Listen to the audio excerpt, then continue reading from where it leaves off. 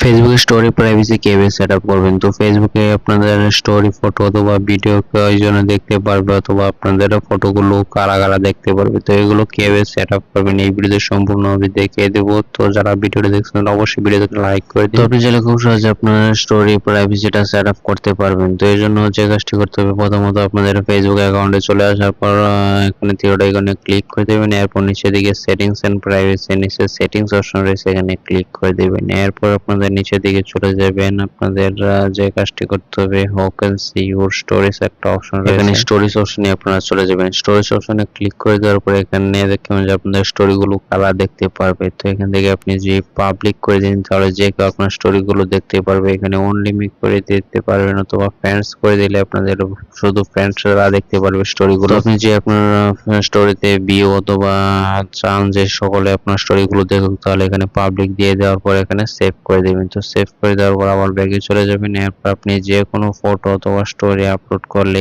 সেটা পাবলিক হয়ে যাবে এবং যে কেউ সেগুলো দেখতে পারবে সঠিকভাবে।